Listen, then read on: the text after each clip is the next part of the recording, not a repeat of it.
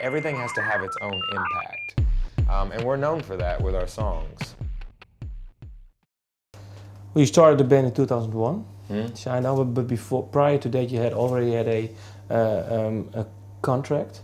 I did, yes. What sort of contract was that?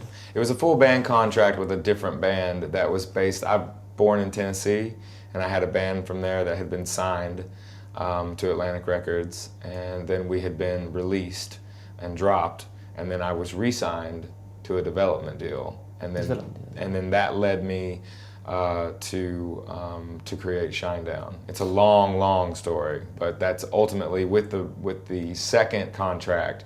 That's how Shinedown was formed. The thing is that I worked with my A&R, a gentleman by the name of Steve Robertson, who signed the band from Tennessee with me in it. What's the name?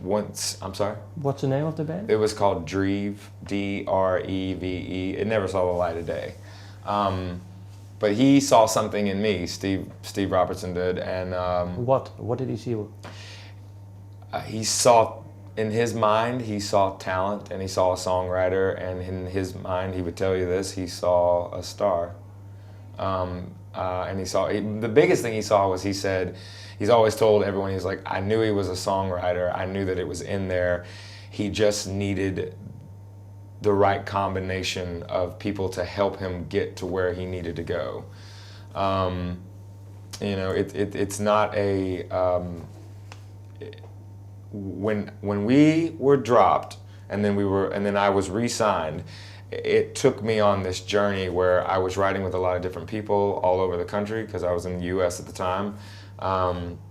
And I was just learning about being a songwriter. I feel very blessed and very fortunate that I was able to work with as many people as I was during that, like, 3 years before the first Shinedown record came out.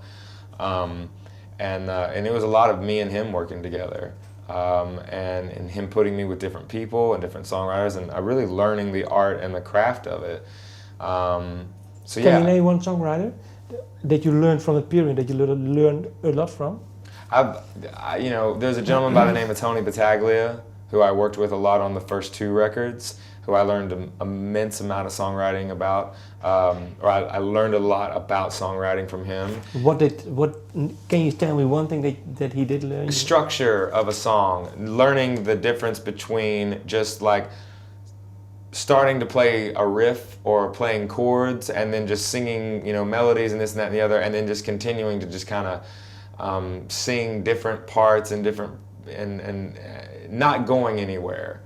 He was more like, you have to have a structure, and he was like, you have to, you know, intro, verse, pre-chorus, chorus, verse, pre-chorus, chorus, bridge, chorus out. And people hear that and they're like, huh? You know, but there's a structure to it. There is. And it doesn't work for everybody.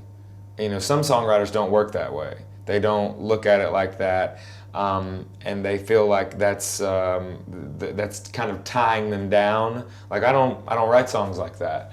But for me, I learned, and it's not a formula. Like, I don't wake up and say, okay, well, today we're going to write a song about, you know, this chair I'm sitting on, you know, or whatever. I don't necessarily get up and do it like that. Or I write a song because I think it's going to make me money or make us money, or it's, you know, there's a topic of, you know, of sorts at the time that everyone's talking about, so we need to write a song about it. It has to come naturally. But overall, there is a structure to the way that, you know, we like to write the songs. Everything has to have its own impact.